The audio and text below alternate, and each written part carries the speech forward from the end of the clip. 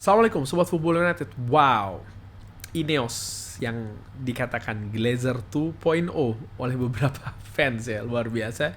Gua sama sekali tidak melihat ada Glazer 2.0-nya di pergerakan yang dilakukan oleh Ineos, bukan hanya di bursa transfer musim panas ya, nanti gua akan lebih berbahas ke arah itu, tapi juga langkah menuju transfer musim panas ini.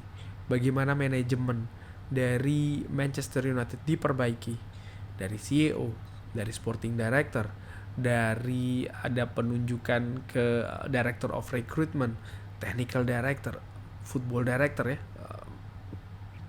Sorry, ya Jason Wilcox apa sih technical director, ada Dirtek kan, pokoknya ada yang baru lah di Manchester United. Diperbaiki semuanya. Lalu struktur tim kepelatihan juga seperti itu. Setelah semuanya ini solid, baru mereka bergerak di bursa musim panas. Pada saat itu, sebelum mereka bergerak di bursa musim panas, banyak yang mengatakan Manchester United bergeraknya lambat, ya kan? Gue bilang, tidak penting cepat-cepatan, yang penting adalah tepat-tepatan. Dan bagaimana untuk bisa bergerak secara tepat? Ya, komponen instrumennya harus lengkap dulu. Kalau itu tidak lengkap, ini tidak akan bisa berjalan. Dan ini akan sama saja dengan 10-11 musim belakangan.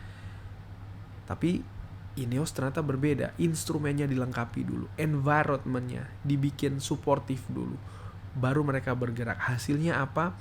2 Here We Go, dimana satu sudah diresmikan ya, dimana dua-duanya mereka lakukan dengan menghijack, menikung, menyalip di tikungan ya, Joshua Zirkzee, yang sebenarnya Manchester United ketika masuk ke perburuan ini sudah tertinggal langkah dari AC Milan.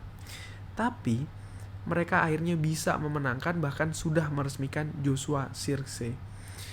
Yang terbaru, Leny Zoro, ini justru juga luar biasa, tidak tanggung-tanggung. Klub yang mereka salib, yang mereka dahului adalah raksasa Real Madrid, di mana situasinya lebih tertantang lagi ya. Yang lebih menantang lagi, bagaimana sang pemain dikabarkan ingin ke Real Madrid. Real Madrid punya proyek untuk pemain-pemain muda.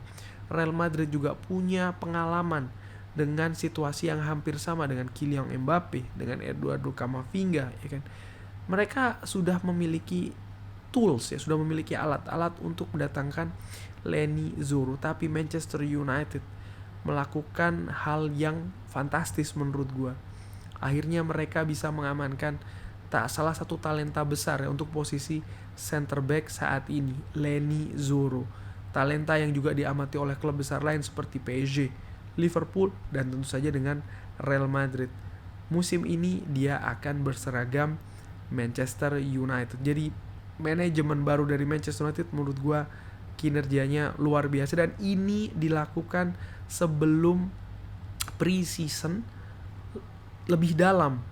Manchester United mendatangkan 2 pemain vital ya untuk posisi lini depan dan juga lini belakang sebelum pre-season ini, bahkan berangkat ke Amerika. Ini sesuatu yang menurut gue juga sangat luar biasa jika dibandingkan dengan musim lalu, di mana Manchester United ya mendatangkan beberapa pemain ya hampir last minute.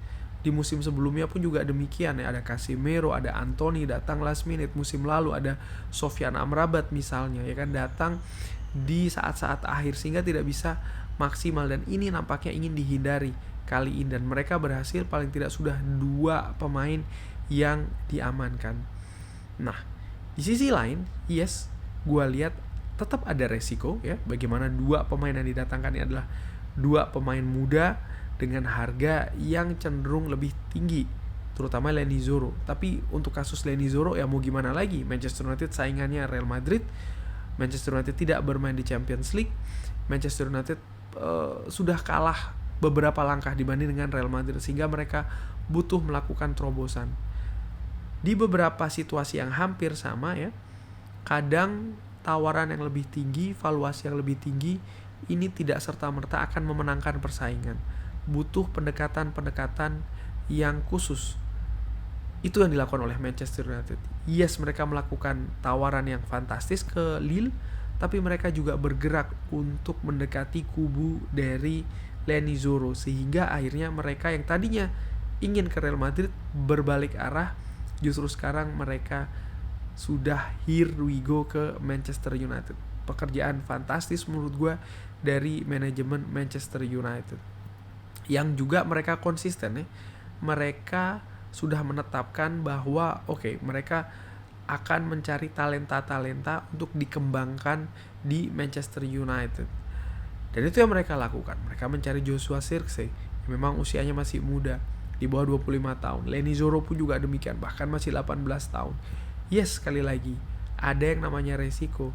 Tapi ini yang ingin dibentuk oleh Ineos. Ini sesuatu yang mereka ingin lakukan yang berbeda dibandingkan dengan Manchester United 10-11 tahun sebelumnya, di mana mendatangkan pemain premium, pemain yang dalam tanda kutip sudah jadi, sudah senior, didatangkan dengan angka tinggi, angka fantastis, gaji pun juga demikian, tapi mereka tidak bisa berkontribusi secara konsisten di Manchester United. Pemain muda menurut gua selain teknis yang bisa dikembangkan, juga karakter. Dan ini yang gua curigai ya, memang Manchester United ingin membentuk karakter dari pemain muda, sehingga ya mereka datangkan memang pemain yang masih belum jadi banget gitu, dibandingkan dengan mereka mendatangkan pemain yang sudah established gitu ya, sudah benar-benar sudah terkenal, dimana karakternya pun juga sudah terbangun. Dan selama ini sering mendatangkan kesulitan di Manchester United. Contoh Paul Pogba, contoh Romelu Lukaku, ya kan? Contoh Angel Di Maria. Banyak lagi nama-nama yang datang secara mentereng di Manchester United, tapi ternyata tidak bisa memberikan kontribusi secara konsisten dan seperti yang diinginkan. Sekali lagi, ini pergerakan dari Ineos membuat gue juga, ini seperti bukan Manchester United. Manchester United tidak seperti ini. Mereka tidak cepat, mereka tidak jelas. Mereka juga sering mengulur-ngulur waktu negosiasi. Mereka juga berbeda lah situasinya dengan saat ini ya, dimana Manchester United justru bisa mengamankan target buruan yang sudah nyaris sebenarnya ke klub lain. Herald, benar-benar pujian lah menurut gue untuk manajemen baru dari Manchester United. Dan ini sudah terlihat kinerjanya sedikit demi sedikit, dan gue harapkan ini bisa terus konsistennya memberikan perubahan ke arah perbaikan bagi Manchester United. Tentu saja nanti ke depannya akan ada keputusan-keputusan mungkin yang salah, akan menghadapi masa-masa sulit, tapi menurut gue ya sekarang Manchester United di sisi manajemen ya ditangani betul oleh orang-orang yang lebih kompeten, sehingga ketika ada kesulitan, sehingga ketika ada kemunduran ya, ini pastinya akan menimbulkan suatu hal yang tidak bagus, tapi gue yakin mereka juga mudah-mudahan bisa menemukan solusinya yang berbeda dengan manajemen di periode-periode sebelumnya di Manchester United. Bagaimana menurut Sobat Football United? Terkejut juga sama seperti gue, atau menganggap suatu hal ini adalah yang biasa-biasa saja, atau masih terus berpendapat sebagai Glazer.0? Gak masalah, silakan drop di kolom komen. Terima kasih sudah menyaksikan. Jangan lupa like, share, dan juga subscribe. Wassalamualaikum warahmatullahi wabarakatuh. Thank you.